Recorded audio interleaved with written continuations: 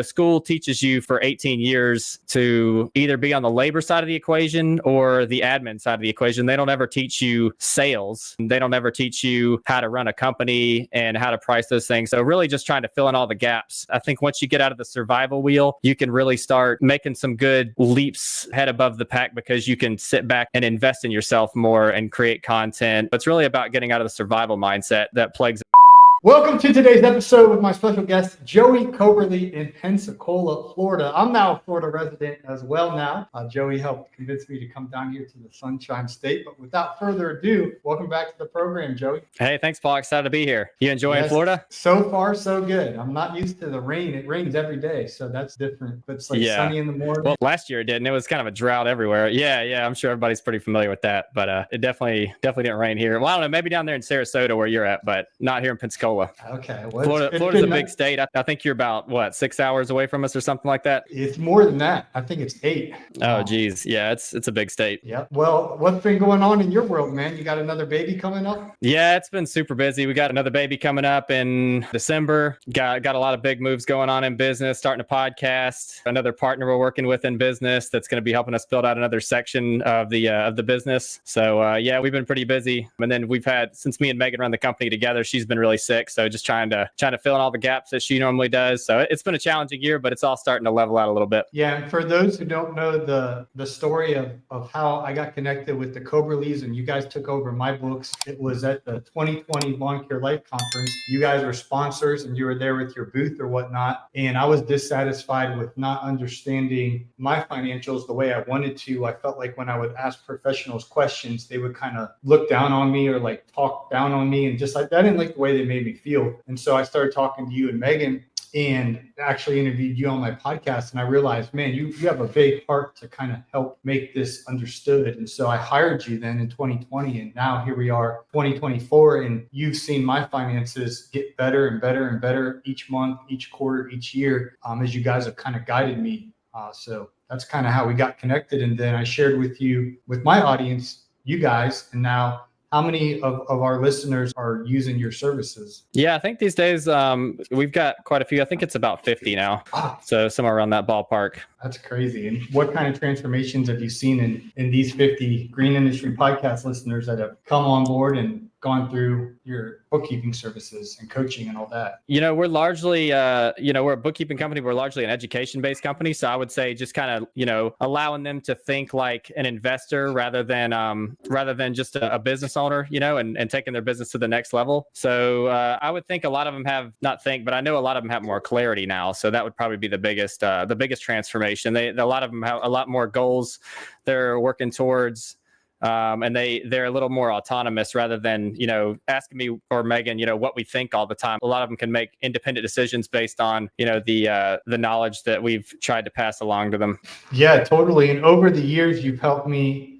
We meet once a month throughout the year, pretty much for the Know Your Numbers meeting. And I know you take some time off during the holidays and whatnot, but we go over the balance sheet, the statement of cash flow, and then the profit and loss statement. And doing that month after month after month after month and seeing my numbers and setting goals and things like that has really helped me financially gain confidence. And I just feel like I'm in better control of my finances, both personally and the business. And you guys, Joey, have been a huge help in guiding me to these financial goals. Yeah. I'm really, really happy to hear that. That's ultimately our goal. I didn't want to have a bunch of, people that I guess I just wouldn't want a bunch of sheep, they're constantly asking me what I think, in the first year, that's kind of fine. But after a while, it's like, I really want you to make your own decisions, and, we'll take care of the bookkeeping and we can kind of be a trusted advisor. But largely, I want people to understand the side of business that school never teaches us. So that's really where my passion's at, is just understanding how the statements work together, how you can align that with a goal, and learning the bigger picture of business rather than just the laborious side. Can you dive a little bit deeper on setting goals and how you kind of track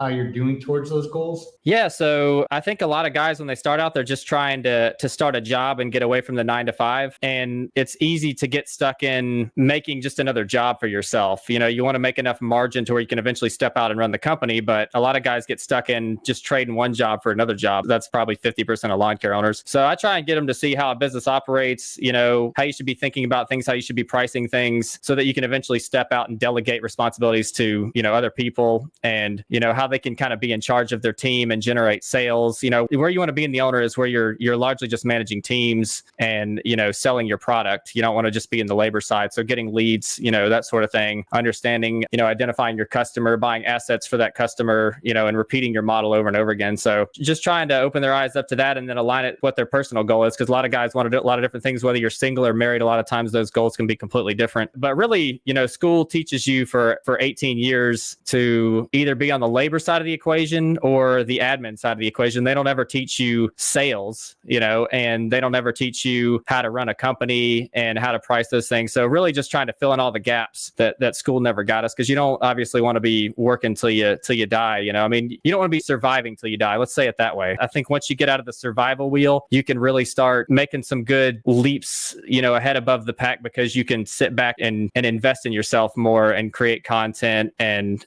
manage people and those sorts of things. So it's really about getting out of the survival mindset that plagues America. And that's really, really good. I think most people listening to the show right now, Joey, are like, I'm in the survival stage. I'm a hamster on the wheel. I'm just can't seem to get ahead. What is your advice to somebody who is still in that survival mode stage? Yeah. So I would say, investing in yourself, which that's really challenging in the start, because, you're largely just working day in and day out. But, anytime, for the longest time, I'm largely out of survival mode now, and that's when I've noticed my ability to work on the company is really just, went times 10. It's kind of remarkable how once you stop trying to survive, how far ahead you can get in such a short time period. But, there's several ways to do it. I think kind of knowing yourself. And like, for example, I used to pick up my phone constantly when I had any free time and just scroll mindlessly. This was probably 6 or 7 years ago, but I made up in my mind every time I was going to start scrolling, I would read a book. So I would read a book on, personal development or, just a knowledge within an industry that I was interested in. I hadn't really got down to lawn care yet, but I was just constantly trying to read. And, that's ultimately kind of what got me out of the hamster wheel, was just individual knowledge and learning from those that have already done it. So I would say just think differently. And when you can, even if you're in the survival mindset, try and make time for yourself to learn something and to kind of get ahead of the pack that way. That's so good. But sure, I know you shared your story in some bits and pieces on the podcast before, but when I started working with you guys in 2020, it was predominantly with Megan, and you were still doing this job, and she would tell me, yeah, one day Joey's going to join me. But it seemed like the way she was talking, like it's going to be like maybe a decade from now. You know what I mean? Yeah. And now you guys are to running the company together. You have employees, I'm assuming, to manage these 50 accounts of books. That's a lot of work. So walk us through your entrepreneurial journey of getting the boat close to the dock, going all in, and then how you've delegated and built out your team who helps assist you with the workload. Like, kind of share us a little bit behind the scenes of your small business journey. Yeah. So I didn't really step out to be an entrepreneur per se. Like none of my family's an entrepreneur. I think where my passion was investing. So I got into that when I was probably 18. And my goal was really to make a lot of money so that I can invest it. And I made a lot of mistakes along the way. I've messed up in so many different ways. And largely it comes down to I just wasn't educated enough to invest in a certain thing. And I think the same thing applies to entrepreneurship. So I learned investing for about 10 years before I got into entrepreneurship. And then that's honestly, investing to me was kind of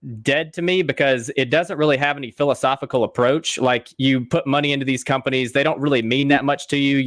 If I'm buying Starbucks or something like that, I might like product, but I don't necessarily align with the vision of Starbucks or whatever. So that's where entrepreneurship kind of started speaking to me, is I can kind of create my own philosophical approach to things and drive people around that cause. So for example, one of my passions is, I want to help people achieve the same things that me and Megan have kind of achieved over the years in terms of just getting out of the survival mindset so they can better themselves. Because I know it's done wonders for me and my family. It's helped our parenting, even helps us parent our kid better because we're not constantly trying to survive. So ultimately, I think the philosophy is kind of what got me more into the entrepreneurship rather than investing in companies that I'm not necessarily owning. But yeah, luckily I made most of my mistakes in investing rather than entrepreneurship. I'd say we've definitely made mistakes in entrepreneurship, but investing, I really blew some money up several times doing that, just from, like I said, not knowing what I was doing. And really, I think where the power is in investing in, doing your own thing is getting really high levels of knowledge within a specific industry. For example, when I was 18, I put a lot of money. I was working a job, I worked lots of hours, saved up a ton of money, not a ton of money, but for 18, I think I had like 10 grand or something like that. It wasn't a ton, but I ended up putting it in this like risky biotech stock. And I know absolutely nothing about biotechnologies or healthcare, medicine development or anything. I ended up losing the whole thing. And that was just kind of a kick in the face. Yeah, that was about when when I was 19, I just completely lost my savings. I've been saving up for a year. So just doing that. And, I've done several things similar over the years, but each time I do something like that, I learned a tremendous amount. And so it's really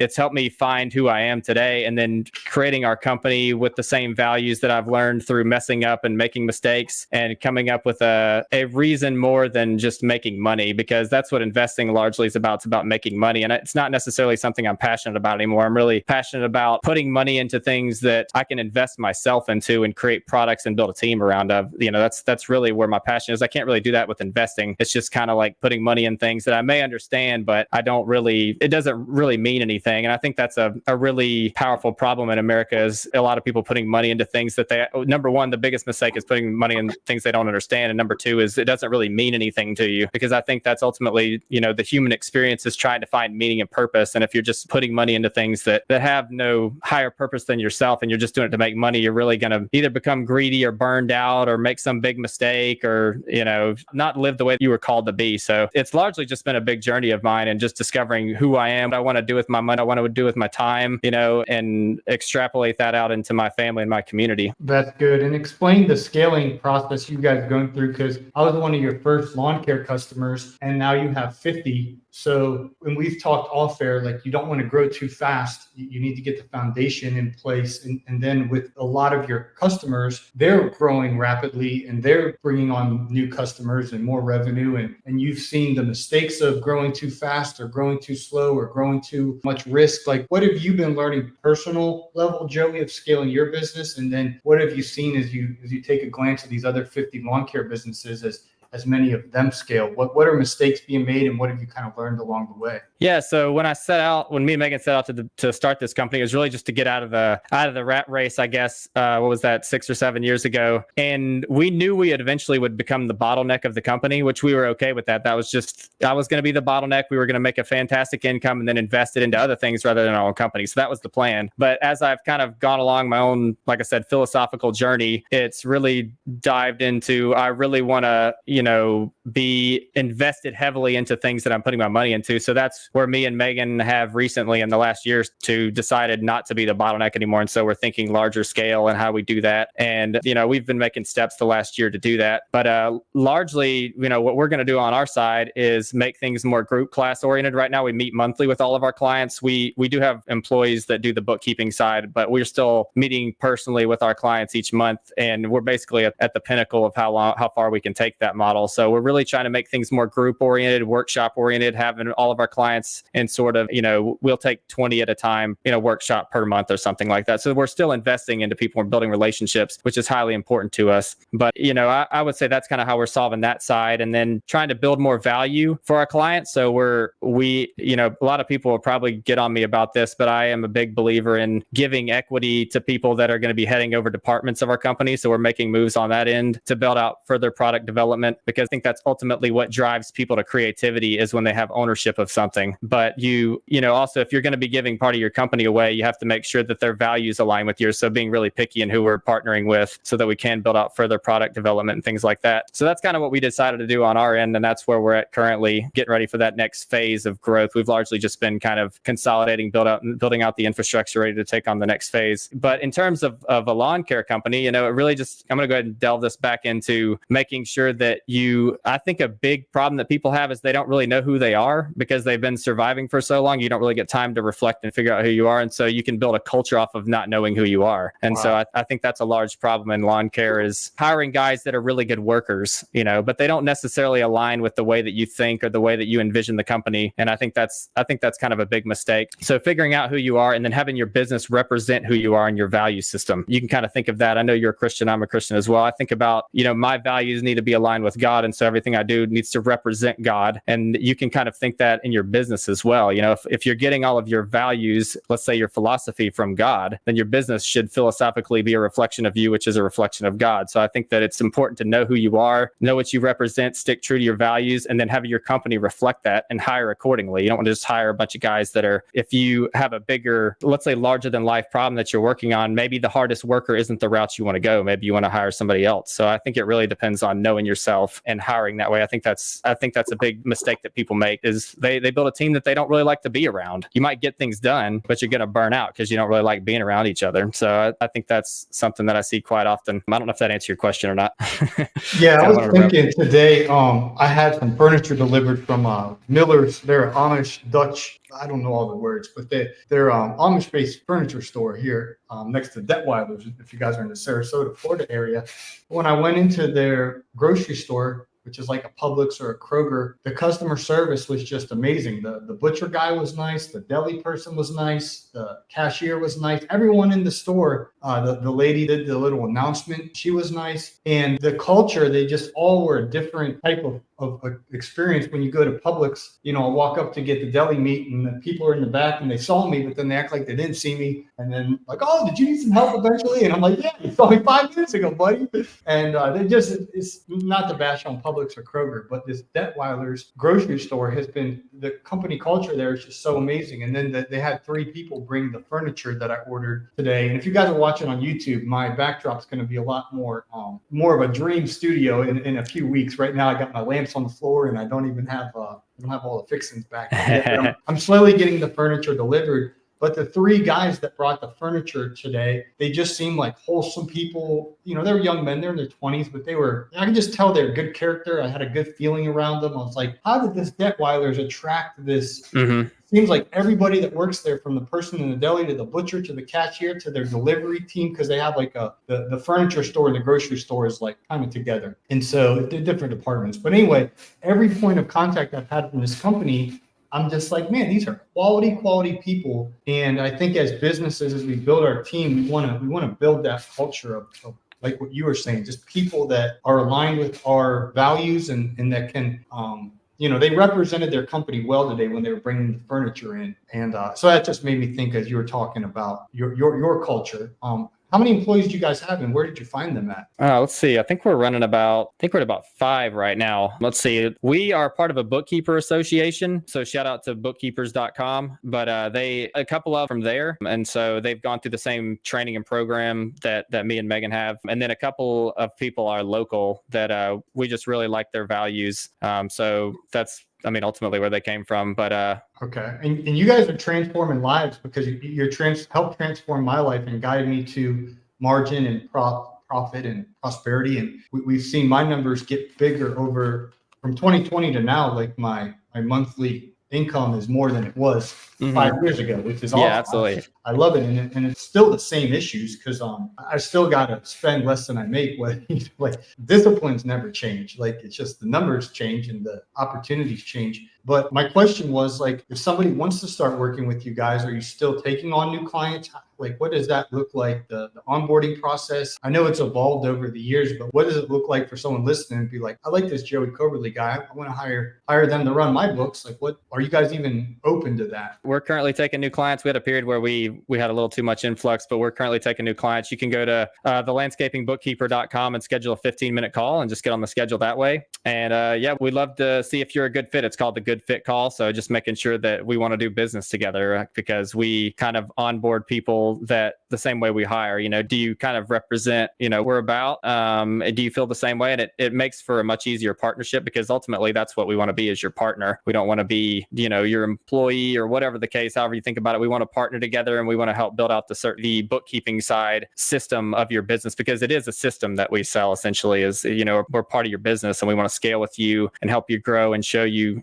trends that we've seen in the business that work or don't work and help you. Largely, I'd say what our company is about is help you not make big mistakes. It's like a pre-cancer screening or something like that, trying to keep your business from making the big mistakes that we've seen over the years. So, and we onboard normally, we used to onboard, any revenue range, but largely our wheelhouse has been people in the 50 to 250K annual revenue range and then scaling with them. So that's kind of our model right now. We were onboarding a lot of 7-figure businesses and it just didn't really integrate with our systems very well because it was a lot of 20-year guys did things a certain way and were kind of, stuck in their old ways. And it was a lot of information to start transferring over the internet with that size of a business. So if we integrate while you're small, then we can build a system together to where it's seamless. And when you do get to 7 figures, then it's very easy to move that information back and forth rather than just starting out on year 20 that you're in or whatever. you don't have to share names and social security numbers and all that, but share some of the success stories of a guy or gal that joins you. They're in the 50K to 250K range. They get the foundation in place. They really start paying attention and doing things right. And then they do put the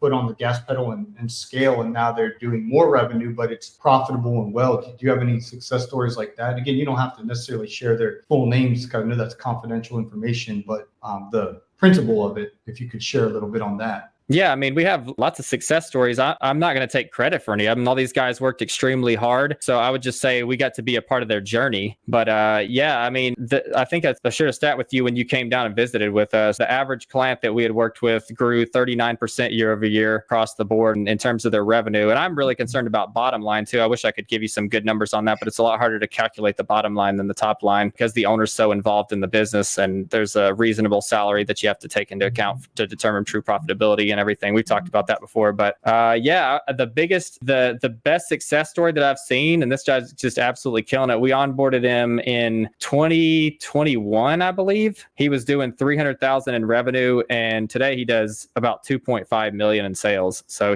I don't know what number that is compounded yearly, but he's just absolutely killing it. Wow. And his business is profitable? Oh yeah. He hits about 20% profit every year. So he's a beast, but not going to take any credit for that. The guy's just he's top class. Yeah. Well, you have to tell him Paul wants to get him on the podcast. I'd love for him to share his what he's learned, man. That is monster. I mean, 300,000 revenue is a lot of work. Then to get it to 2.5 million with a 20% profit margin, that's fire. Yeah, it's not for the faint of heart.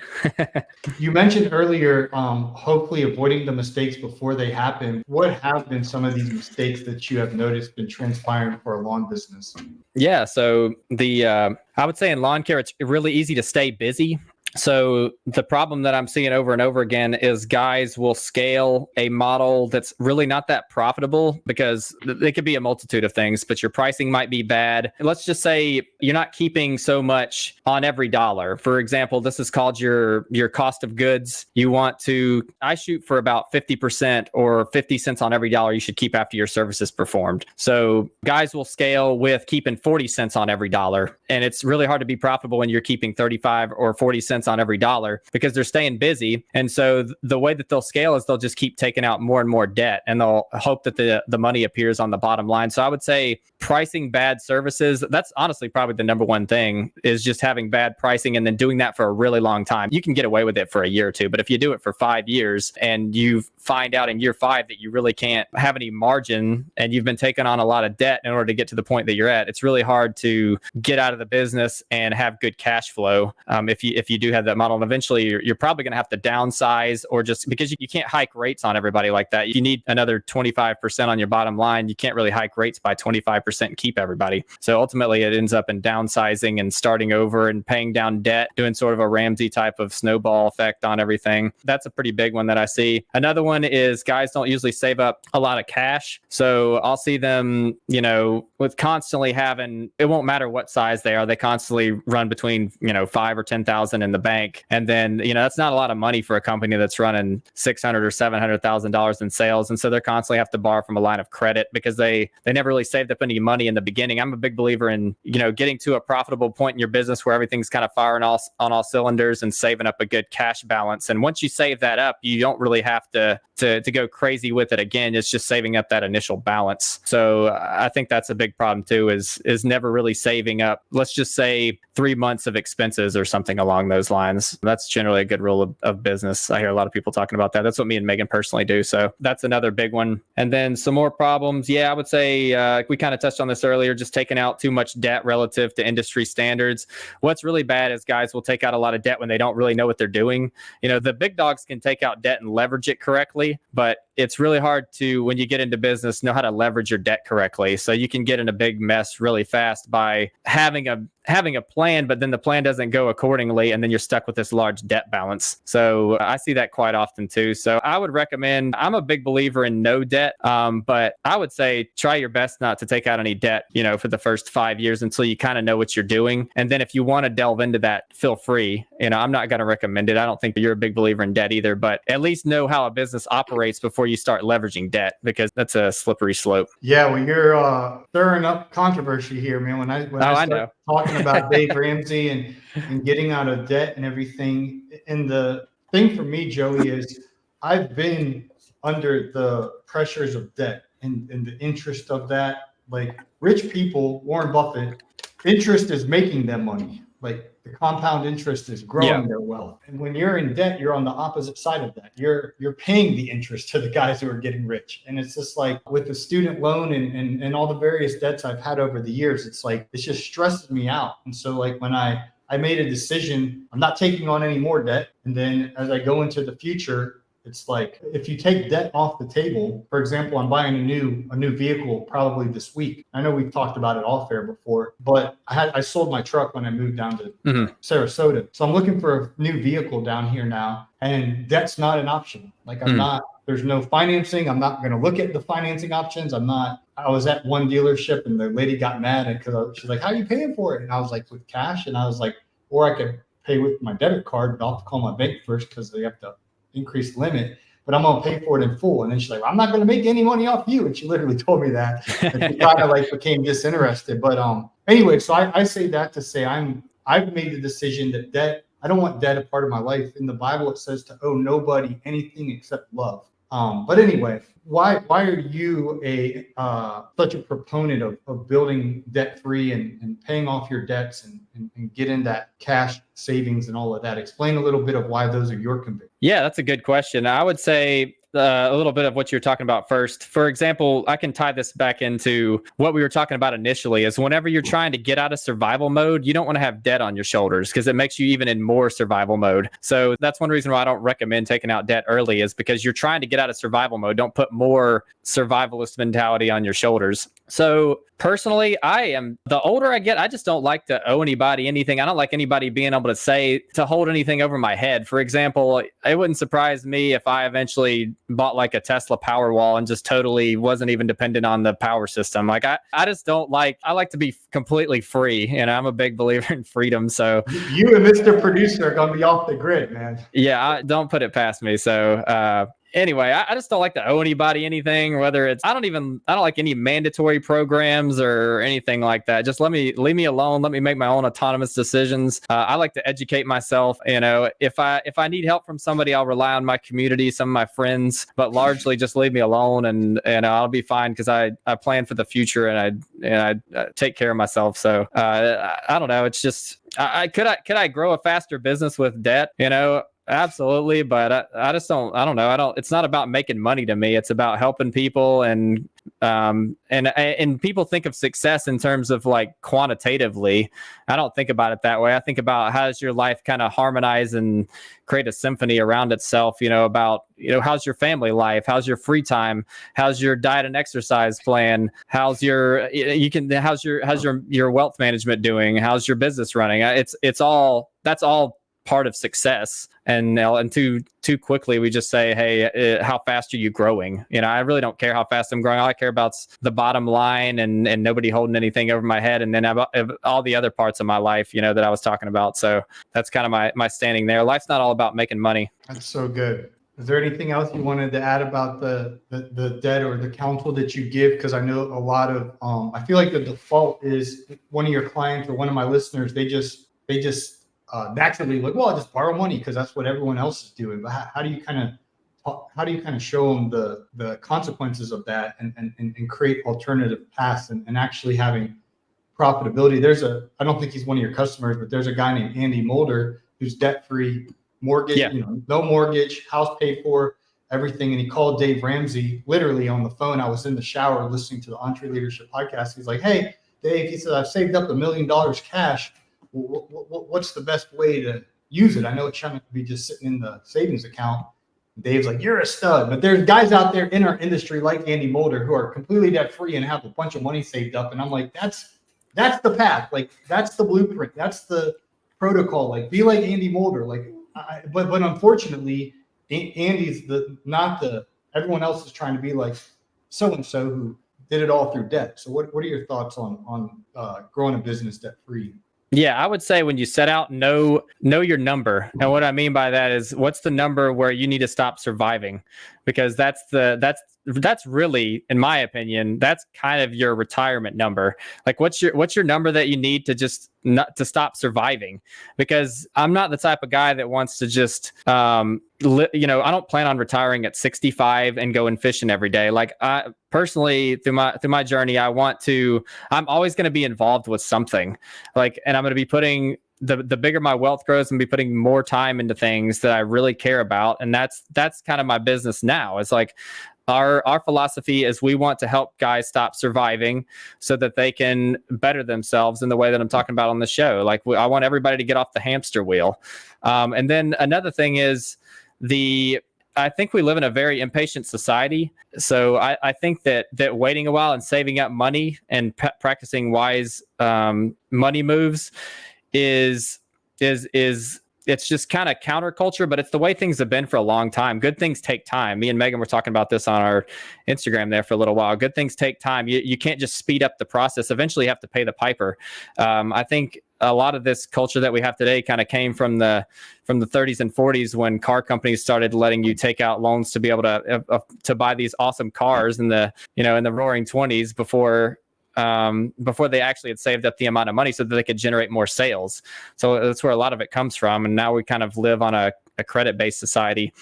But I think human nature, I'm big on the ideal. Like what's the ideal that we're all supposed to be living in? Kind of what's your Edenic vision, that we were all originally set out to be a part of. And I think we're meant to be free and not have to owe anybody anything. So, and then living in a community together. And that's kind of where the philosophical side comes from, is how can I help you? I don't think about making money. I think about how can I help you, and ultimately if you help people, you're going to make money. And then what are you going to do with that money? Are you just going to blow it and live the rich lifestyle? Or are you going to, live humbly and put it in things that you truly care about and you can put your time into and be what humans are supposed to be? So I think that's kind of my standing on it. If you extrapolate it out a little further than that. That's good. And one word that you use that I don't like, and I talked to my brother at length about this. He's a certified financial planner, but the word retirement is not in the Hebrew language. Neither is the word coincidence. So the Hebrew language is essentially God's language, if you will. We have English and French and Spanish and all these other languages, but like where every letter and symbol has like layers of meaning is the Hebrew language.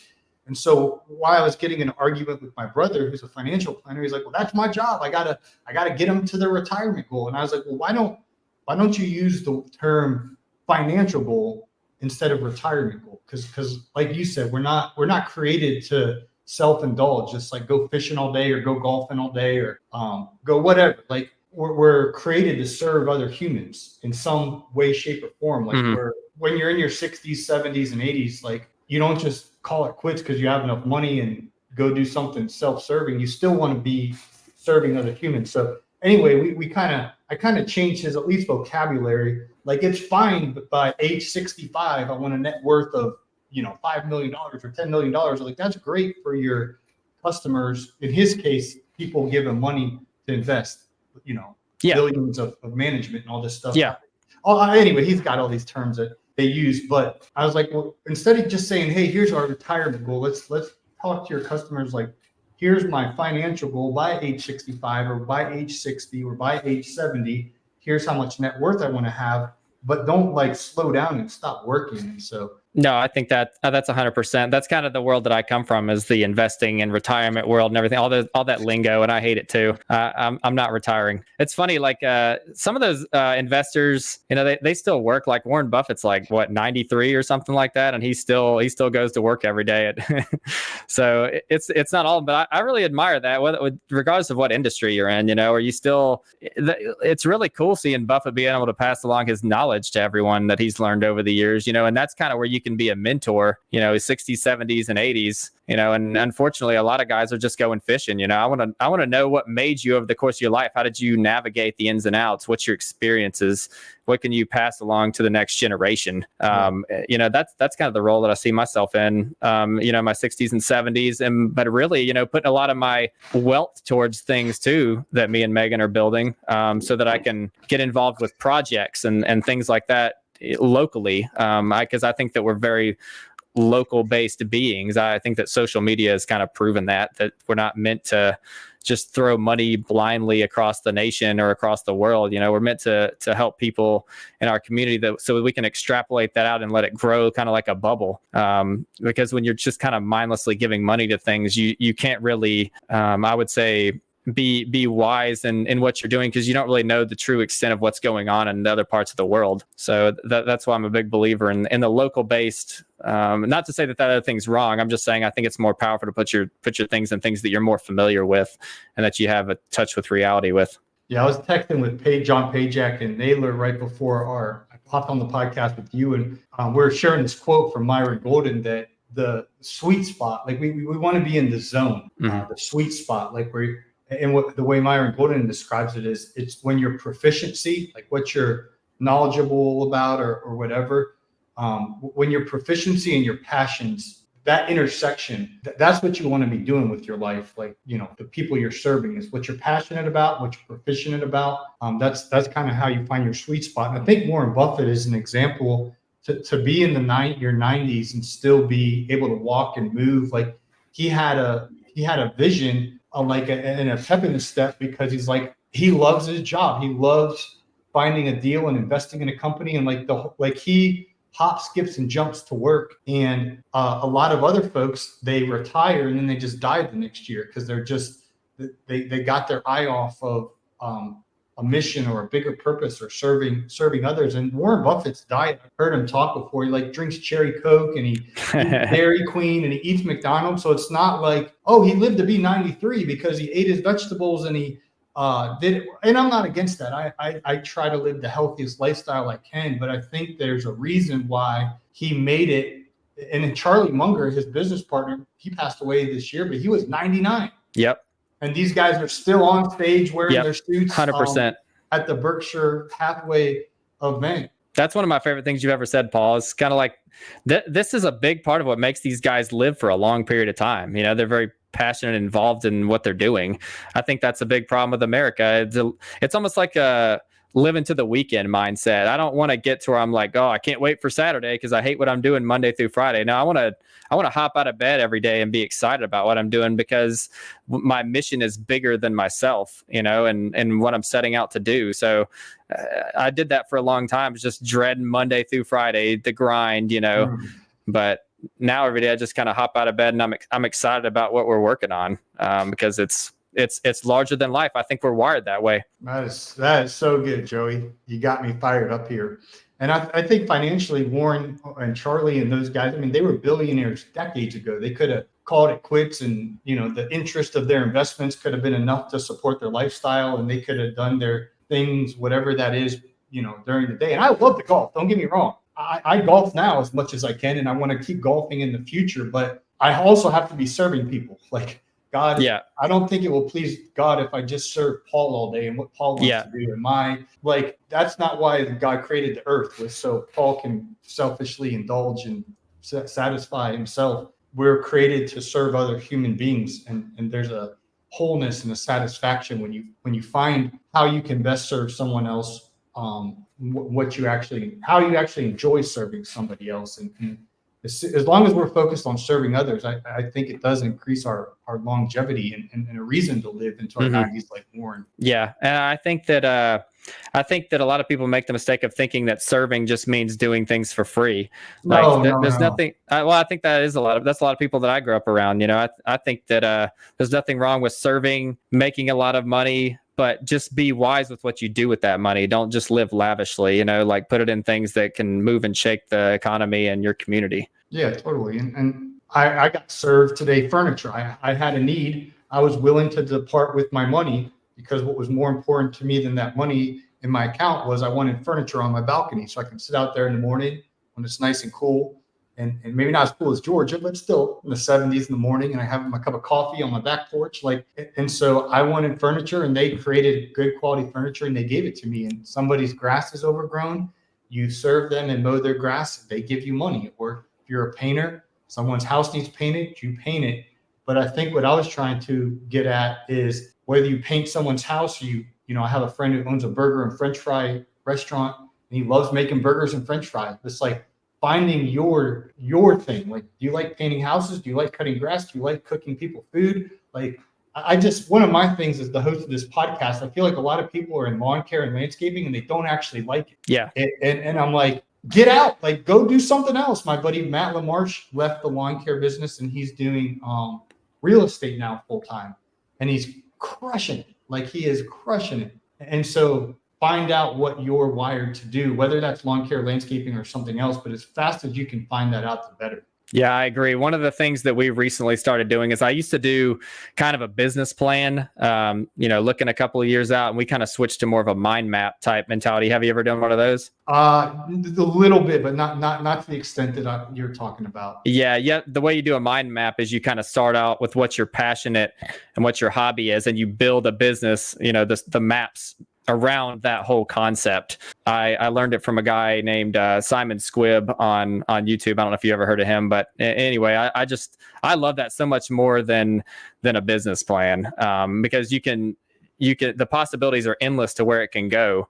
It leaves your options wide open rather than putting you in a box, which is what a lot of times a business plan does. Before we get going, Joey, I got my haircut, my beard trim here in 39 minutes, and I got to walk there because I don't have a car. So my question for you is, this is a personal question now.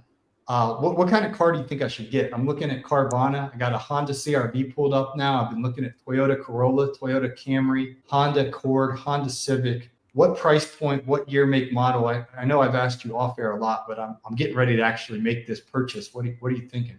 I guess I'll tell you the same thing basically as last time. I drove, and people are going to laugh at me, but I don't care because I drive crap because I can put my money in things that I'm always going to drive crap. I don't really care. I like cars. Okay, so if all the world's problems were solved, I'd probably go out and buy me like a massive or like the car of my dreams. But I drove a Honda Civic for a long time because I can get parts everywhere. The tires don't cost anything to replace. You can just go to the junkyard and get stuff instantly. And they never break down. You get 40 miles to the gallon. I drove that for a long time. And it was a beater, but now we drive we have a Honda CR-V because we have a family. And I've got a Silverado that I got a killer deal on. I love Silverados.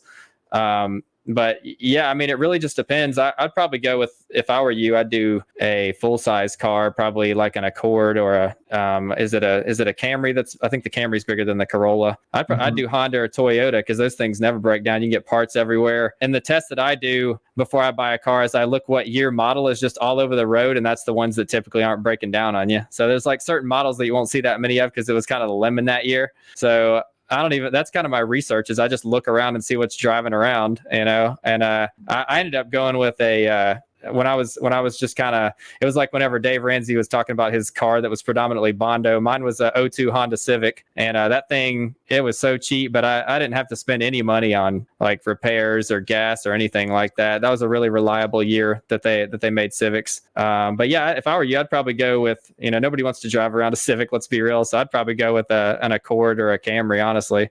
Okay. Well, that's very helpful. Is there a price point I should kind of stick under?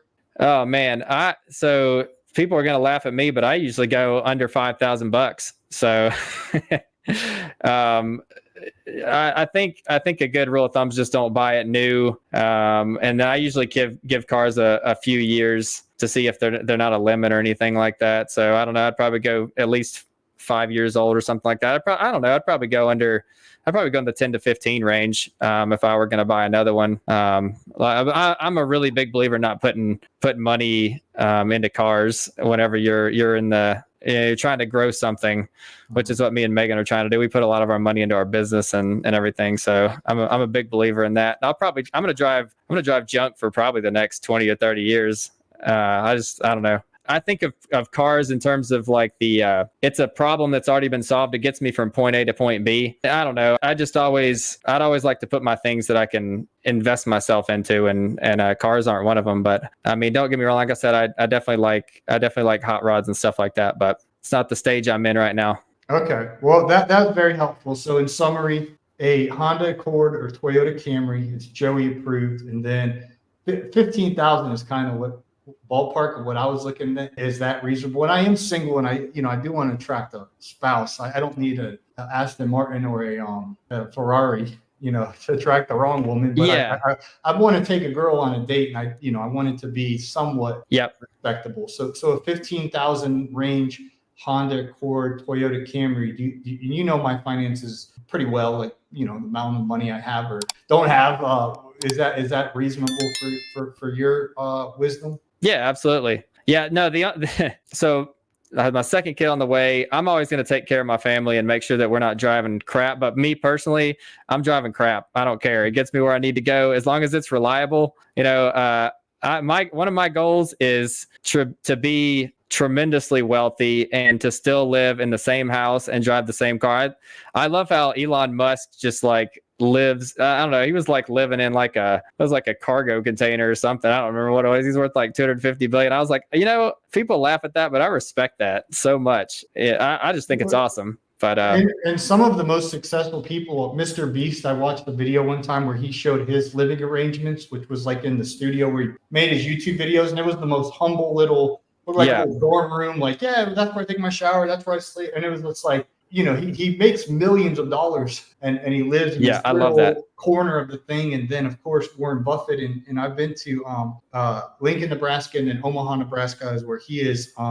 He still lives in his same childhood home there, even though he could afford, as a multi-billionaire. So the Elon Musk, Warren Buffett's, Mr. Beast, like, they're so about their passion and fulfilling the purpose that God has for their life, that it's like their lifestyle is they just keep it pretty simple, and it helps them achieve even more success. Yeah, I really set out to be the man that I want to respect, and I really respect that. So that's kind of a model that is kind of that mentality. I think Kawhi Leonard was driving around like a Mazda 626, and he had like $100 million contract or something like that.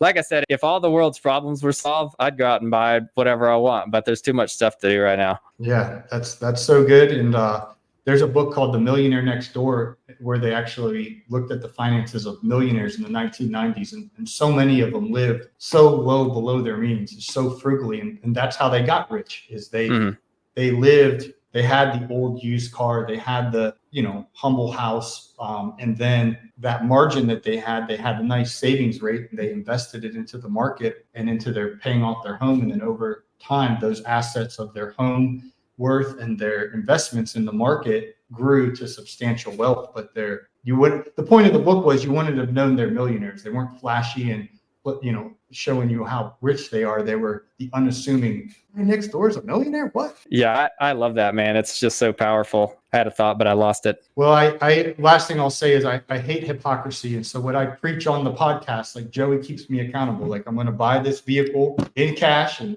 for the range that you're telling me 15K is fair and reasonable. And so anyway, I practice what I preach, and it's great to have friends.